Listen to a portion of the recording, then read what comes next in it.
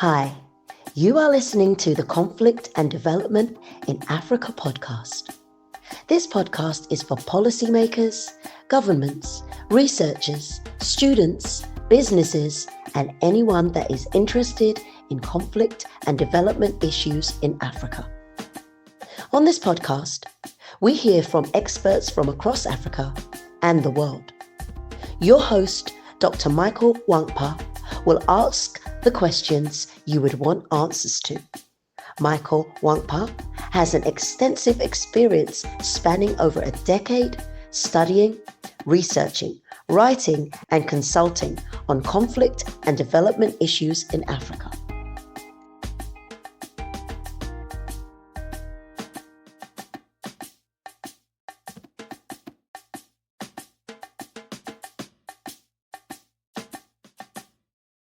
Hello and welcome to another episode of the Conflict and Development in Africa podcast. I'm your host, Dr. Michael Nwankpa. Today we're going to be looking at the ongoing conflict in Eastern Democratic Republic of Congo and the Rwandan-backed M23 Rebels.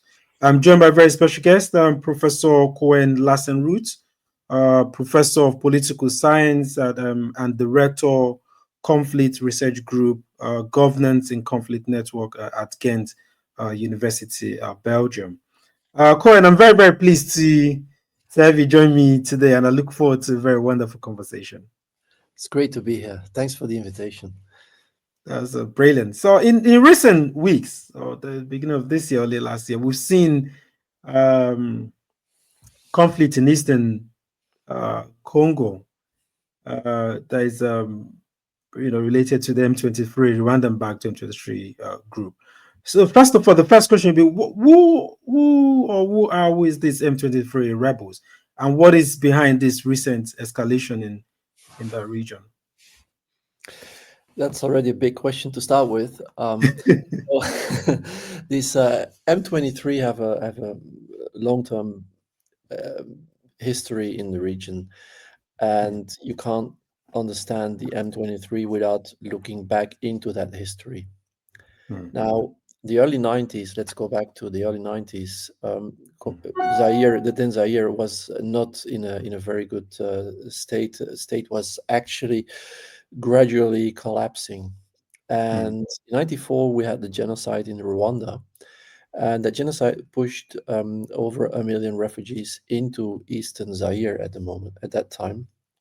And many of them included the Interahamwe, which are an armed group that was part of genocide, was part of the troops and military units that were acting and doing the acts of killing. So they all settled in that refugee camp. Now Mobutu saw this as a reason to, in a way, move against the new regime, the new Tutsi-led regime in Rwanda, which was able to put an end to that genocide. And little by little, these armed units who moved to Zaire together with hundreds of thousands of Rwandans, of refugees, people, they started to get rearmed and operating against the new regime.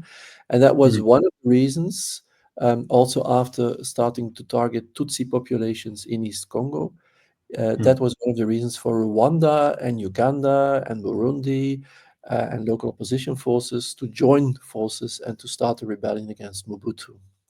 That ended a couple of months later in 1997 with the ousting of Mobutu and the replacement by Laurent Désiré Kabila, who became the new president with a lot of support of Rwanda. Now, Kabila wanted to get rid of this Rwandan support in order to gain more popularity within the country and to have more freedom to do his own stuff. And so asked the Rwandans to leave. And so they did, but in response, they started a next rebellion. Again, largely composed by Tutsi units, Congolese Tutsi, and support of also Uganda and Rwanda. Now, what happened after that is very complex situation. We got a military fragmentation. That big rebel movement split into different other sections, some supported by Rwanda, others supported by Uganda, and a number of Congolese armed groups which started to operate against this rebel group, which had support from neighboring countries. A very confusing situation. The UN sent its first peacekeepers in already in 1999 after the signing of a first kind of a peace deal, which wasn't having a lot of impact on the ground, but created some space for the UN to send its first troops. Eventually, in 2003, an inclusive peace agreement was signed in South Africa, and a new government bringing together all the different components, all the big armed groups, and the non-armed opposition together in one big government. And that government had to prepare a new constitution, prepare elections, and so on. So in 2006, we had the first elections.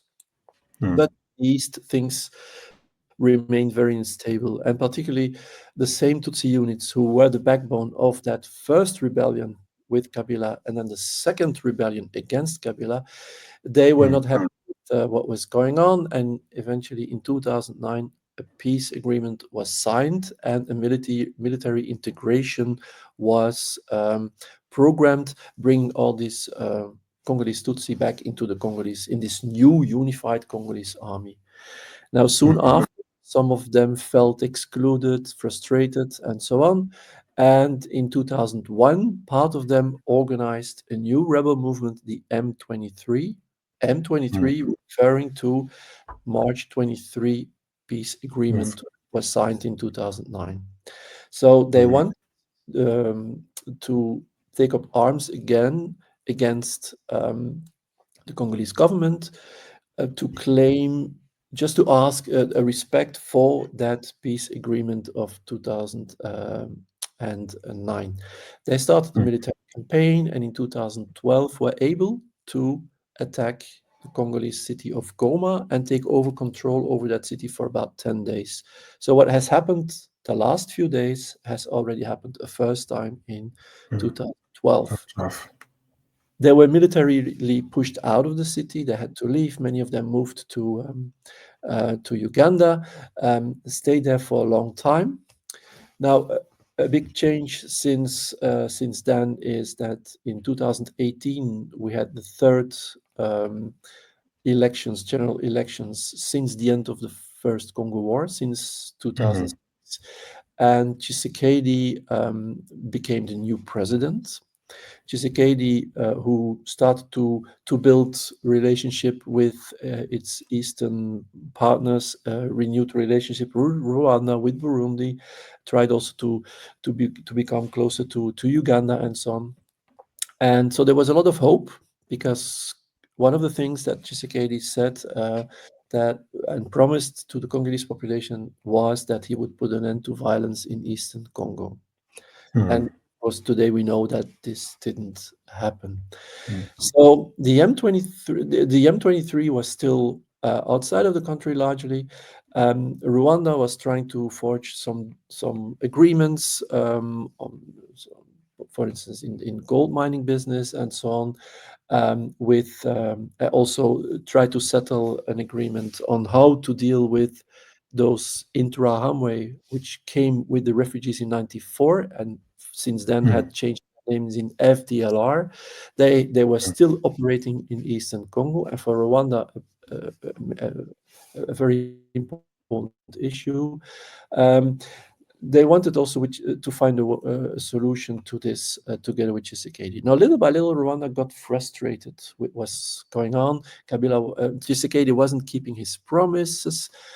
He deal with Uganda on the building of roads, for instance, and that frustrated the regime in Kigali. And so the Tutsi felt frustrated that they were still excluded, and bring all these things together is actually a trigger of the second military campaign of the M23 M23, which started in late 2021. So they started taking over control in small parts of northern Kivu, and the area under their control, they become bigger and bigger and bigger.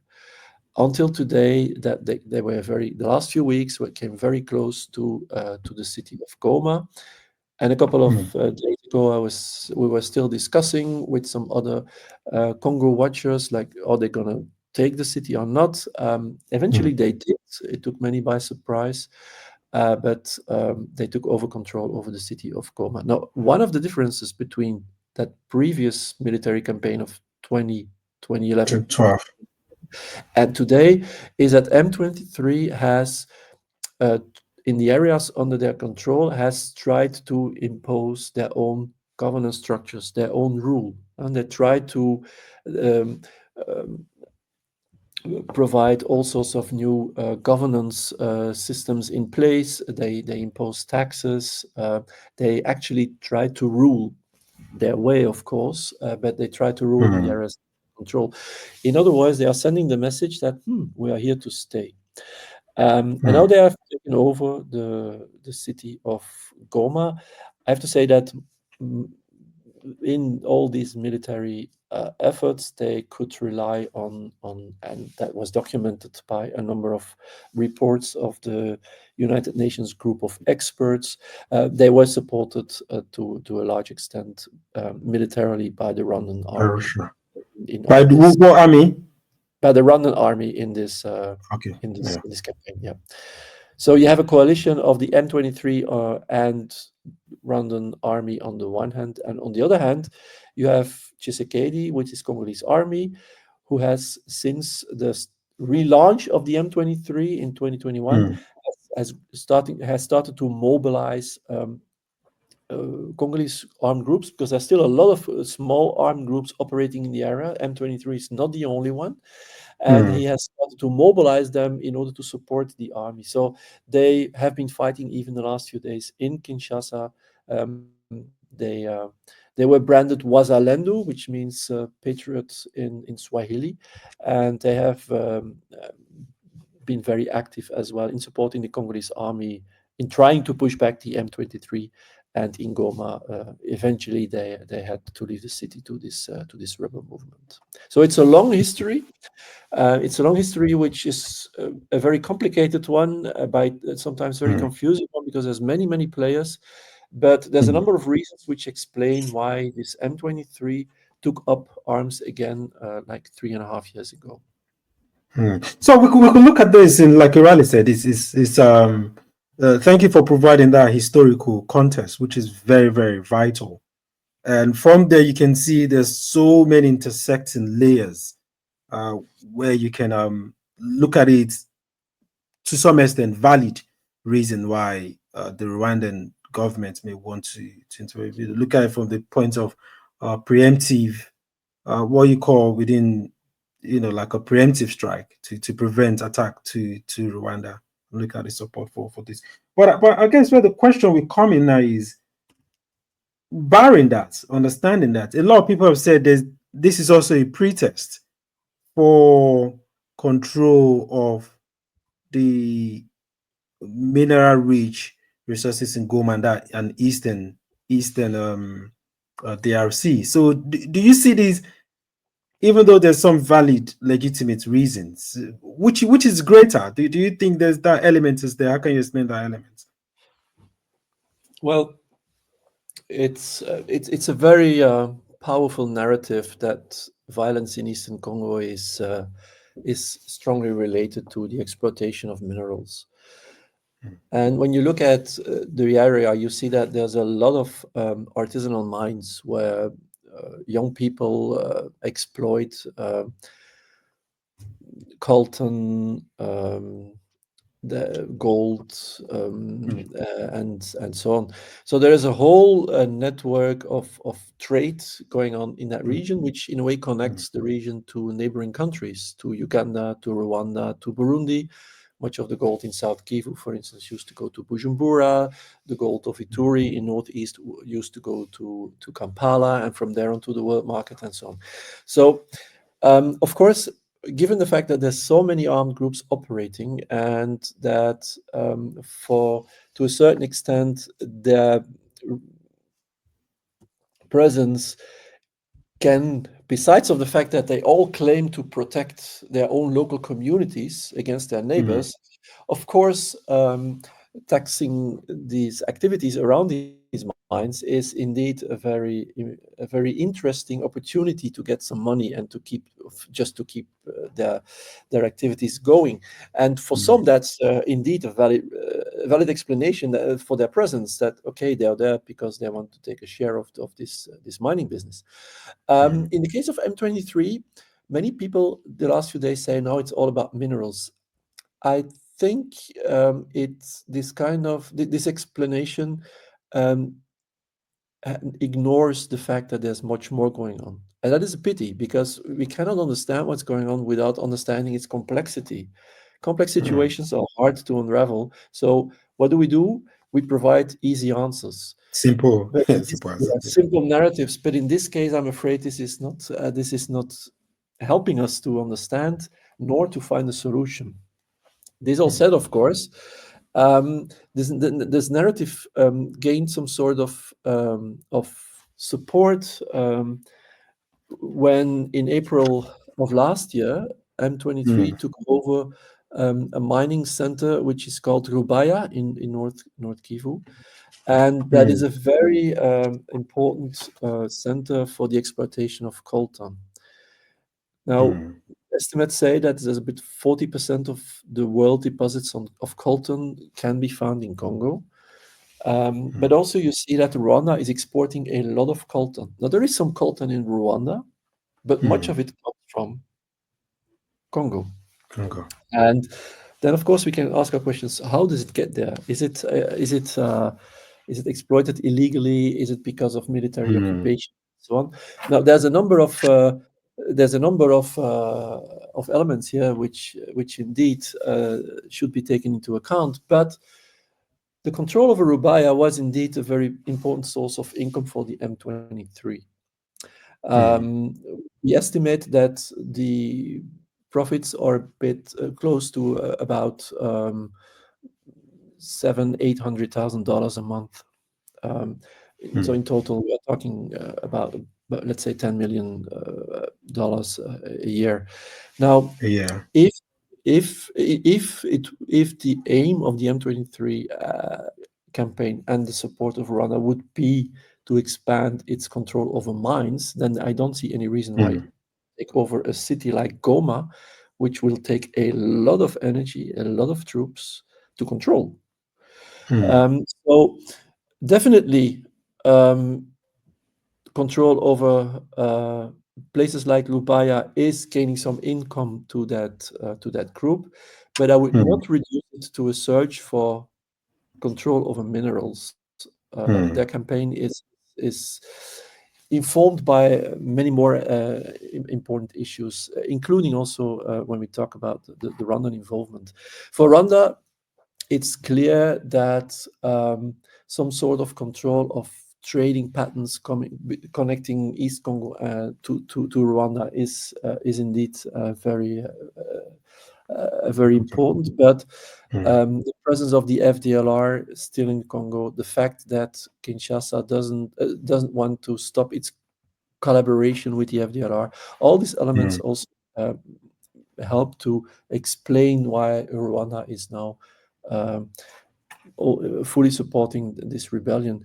For me, this last round of events, this last round of violence, is mostly the result of the need which is felt to send a political message to Kinshasa. Kinshasa, which doesn't want to negotiate, which is a demand from Rwanda. They don't want to negotiate, and there's clear reasons why they don't want to do so. But they don't want to do so, and so they just in a way want to push Kinshasa to force them to negotiate. To go and negotiate. So, is this going to happen the next few weeks? Well, let's see what will happen. I'm not so sure about that. Okay, so in the past, or even till now, Rwanda has been they've never denied or never accepted that the back M23. So I see that in relation to the Kremlin government and what's now called the African Core Group in the Russian mercenary group in Africa, where they seem to be working in hand or supported or backed by the Russian government, but the Russian government. So are we why? So because if we see the administration of Goma by Rwanda and by M23, without no amount to military occupation, without no amount to violation of sovereignty of Congo. So is it a ruse to use M23? Does it give Rwandan government, by neither accepting that is backing or neither denying, does it give them that leeway to carry on a violation of another sovereignty's territory by administering it? It is a violation of sovereignty, that's for sure. If you send troops to your neighboring country without being invited, that's a violation.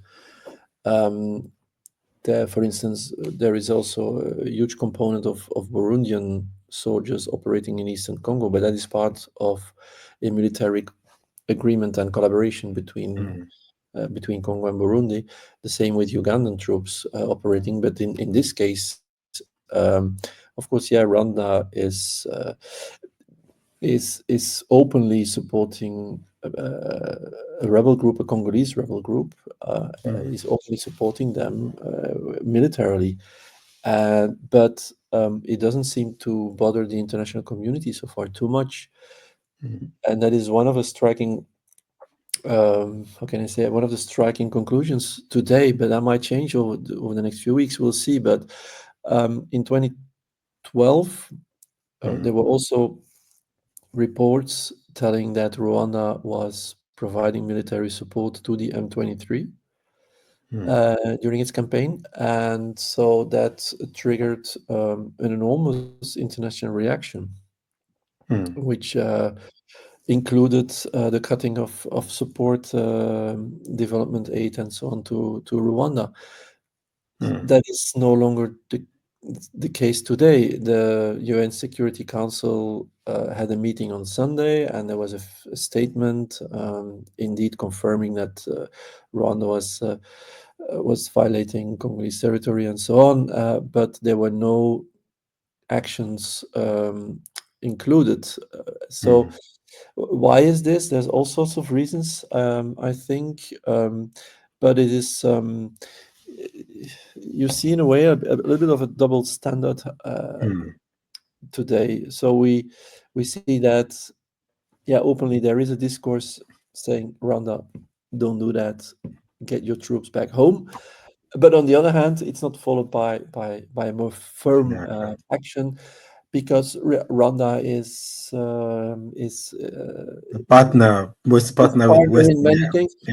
You're based in UK. Remember what the previous government wanted to do with the refugees and so on. If you watch Arsenal, you see that you should visit Rwanda. Rwanda is supporting Paris Saint-Germain and so on.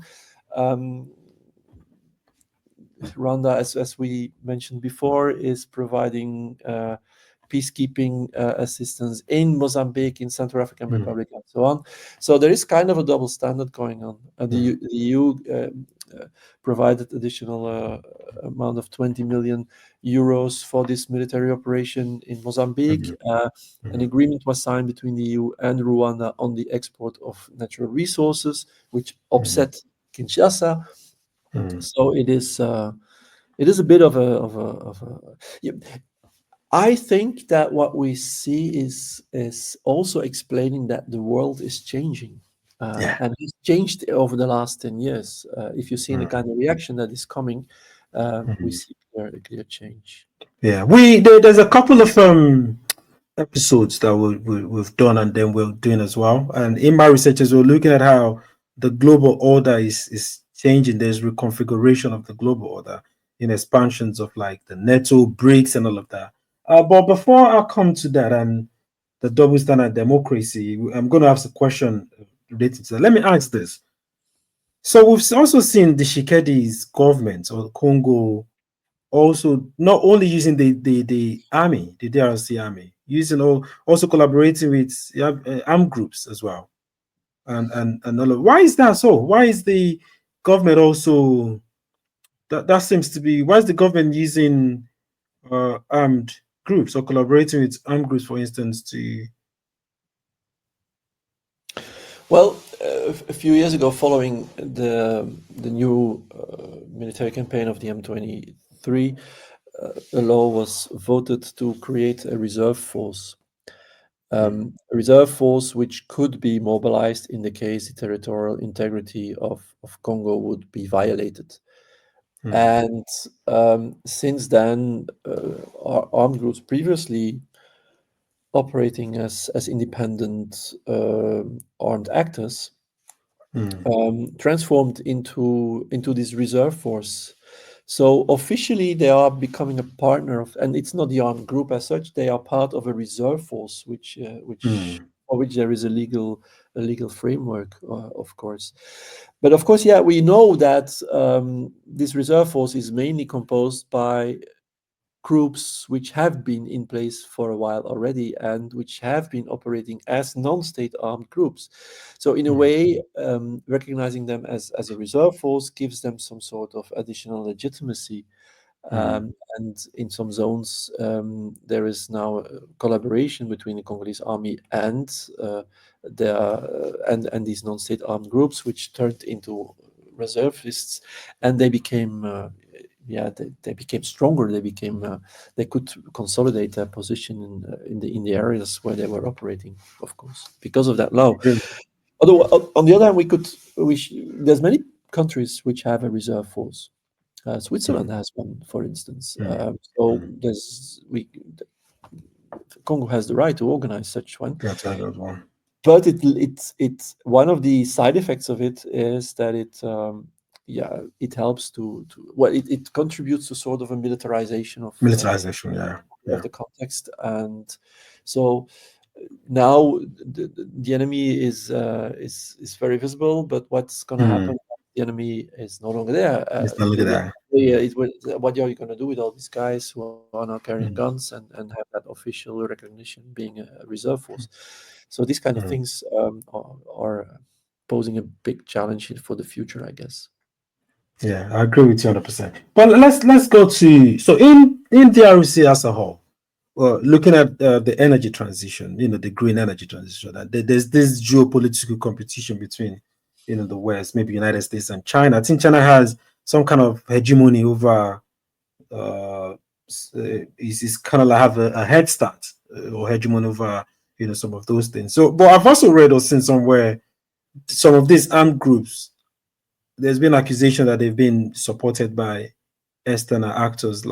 So I guess the question is, how does this geopolitical competition play out? Do players like the US, China, and we're also seeing Russia now expanding into Africa? Does this create opportunity, or is it already happening? How is this tying into the whole conflict in DRC? Well, we shouldn't be naive. There is a huge competition on international level, and the old times that Congo or Zaire at the time was relying on three main partners: the US, France, and Belgium. These days are over, of course, and there's good reasons why these days are over. These were very colonial. Well, it was actually a continuation of a sort of a colonial way of doing business. But now you see new players indeed in many parts of Africa. You forgot to mention like Turkey, for instance. Turkey, United UAE, UAE. Those are and again resources in Congo, but also the green transition. All these kinds of reasons explain why it is important to be present in Congo. So there is that element, but linking it directly to armed groups and their operations, that is, I think, a step too far. Even on the contrary, we see in many areas, for instance, there's a couple of places where Chinese actors have been involved in the exploitation of natural resources.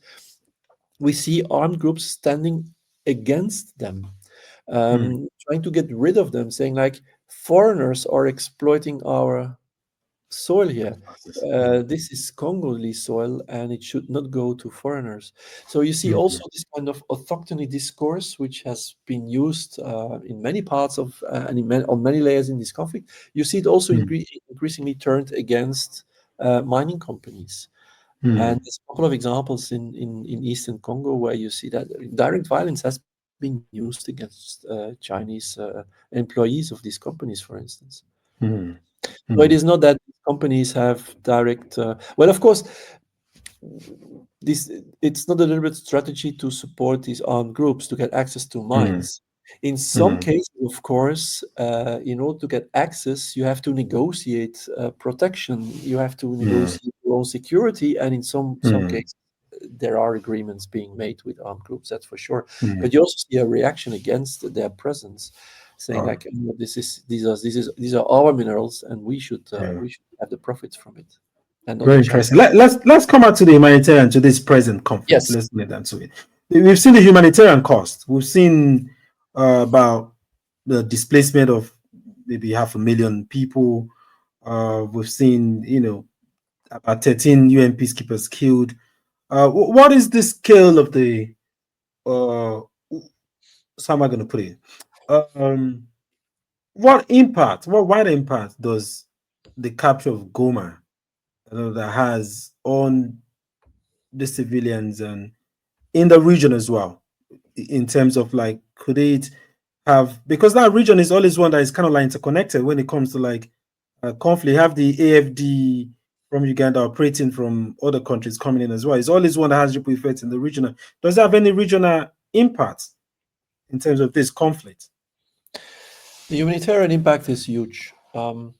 Last year, for the first time, we reached 7 million IDPs, internally displaced persons. That is a lot, 7 million. Mm, mm, And of course, not all of them are a result of this M23 campaign. M23 is largely operating in the southern part of North Kivu province, and okay. for the first time also crossing towards South Kivu. But there are other conflicts in Ituri, for instance, northeast Congo. There's armed groups fighting each other, leading to a massive displacement of people.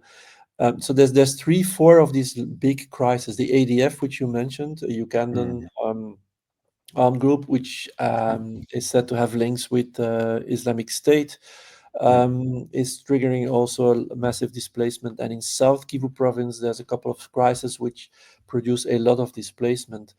But this crisis, and particularly the intensification of the M23 activity the last few weeks, has produced an additional 3, 4, 500,000 IDPs, and they all settle in camps. Many of them, last few years, have settled in camps in or close to the city of Goma. So it is mm, producing a huge humanitarian pressure also on the city. Now, what you see mm, here is that many of these IDPs in those camps are going through a very, very difficult time.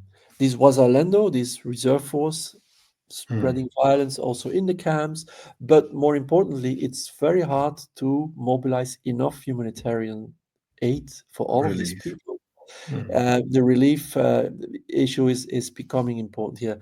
I've been to some of the camps, and I was told last October, for instance, that one of the camps I visited, but those people organizing the camp told me like 40% of the people in this particular camp do not have access to food and water. wow. That is enormous. And so the international community has not the capacity, or maybe is tired Mm, of it. So there's not enough aid anymore. Humanitarian workers also tell me like the responses that we mobilize are not working anymore. Maybe we should also change our the strategy. way we deal with it. But Mm, there is sort of a fatigue. At the same time, we are talking about millions and millions of IDPs. It's one of the worst humanitarian crises in the world. mm, Um, we all look at Gaza, and for very good mm, reason. We all look at Ukraine for very good reason. mm. but we hardly talk about Congo. We hardly talk about Sudan, Sudan. where Yeah. a similar humanitarian crisis is happening. So yeah, it's huge. The humanitarian impact of all this is huge. You talk about it. Oh, go on. Go on. Yeah, Go and that on. is a displacement only. We're not talking even about the lack of access to schools or entire Mm, generation, because this conflict has been going on for almost for 30 ages. years now. Yeah. There's many generations now which have lived in these conditions, and so the impact on society is enormous. It's huge. We can analyze this conflict strategically, politically, from an international angle, and so on. But in the end, we hardly talk about those people living in That these matters. and suffering from all of this. Yeah, you mentioned the international community. You mentioned United Security Council. But how about the AU? What is the AU response to this? To this issue?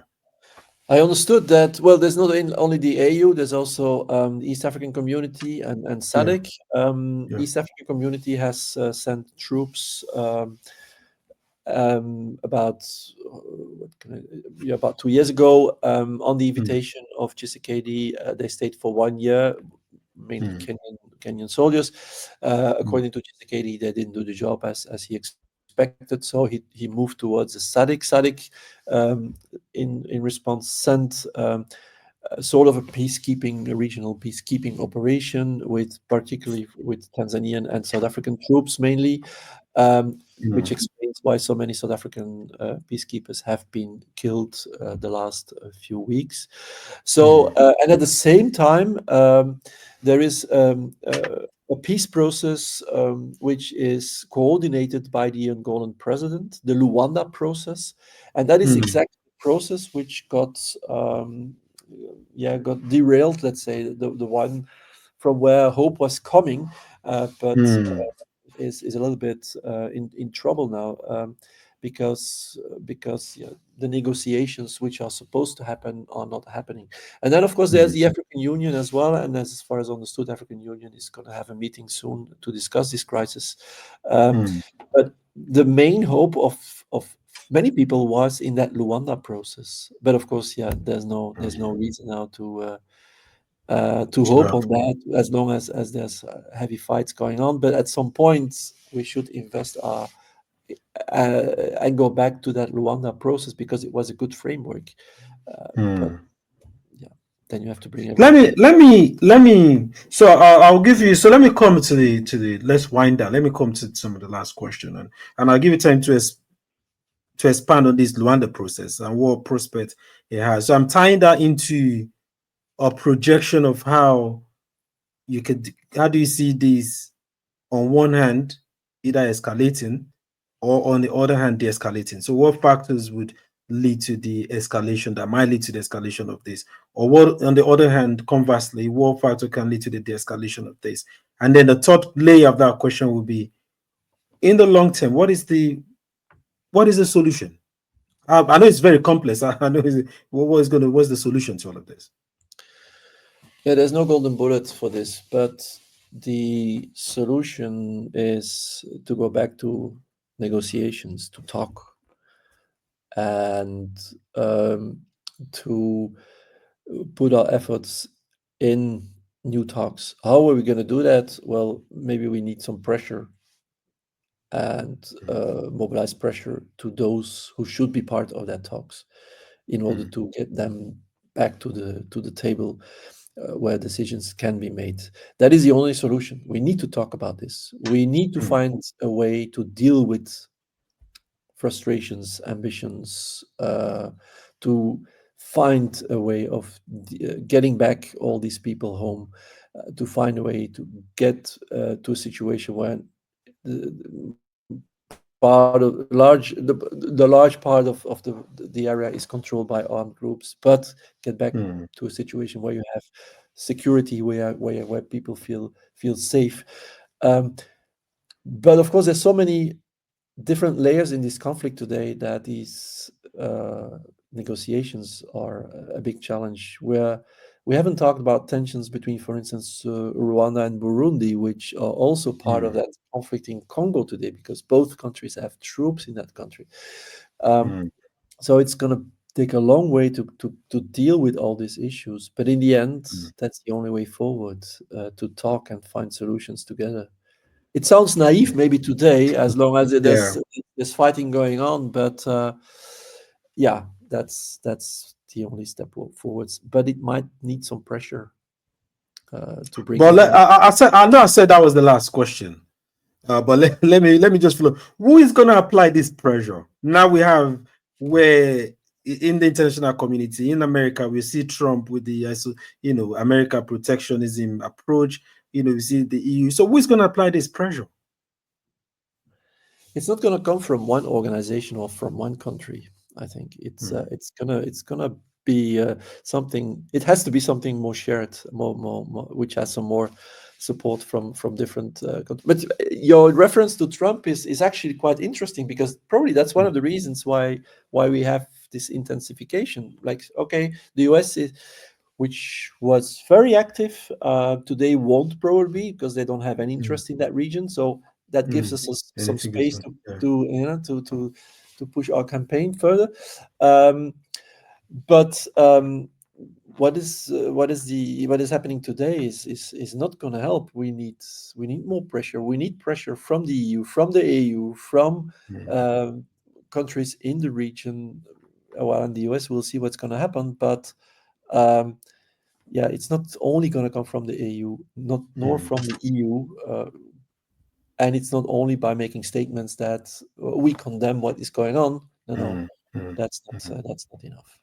I agree with you, Professor Vlassenroot. This is an interesting conversation. Really appreciate your your very, very rich insights into this. And I do agree with you. We need a very collective response from different organizations. It's going to be a shared collective response, and very strong one. I agree with you as well. As a very strong one. But yes, we leave it at that now for now, and hopefully we can call you back and when we see how these conflicts transforms in the next couple of weeks or so. But thank you for now, and thank you so much. Have a lovely day. Thanks for having me. Okay, thanks, and good luck with the podcast. Yeah, thanks very much. Anyways, I'll keep in touch, and then we would see what we do, collaborate further. But for now, thank you very much. Really do appreciate it. You're welcome. Thanks. Bye-bye. Yeah. Bye.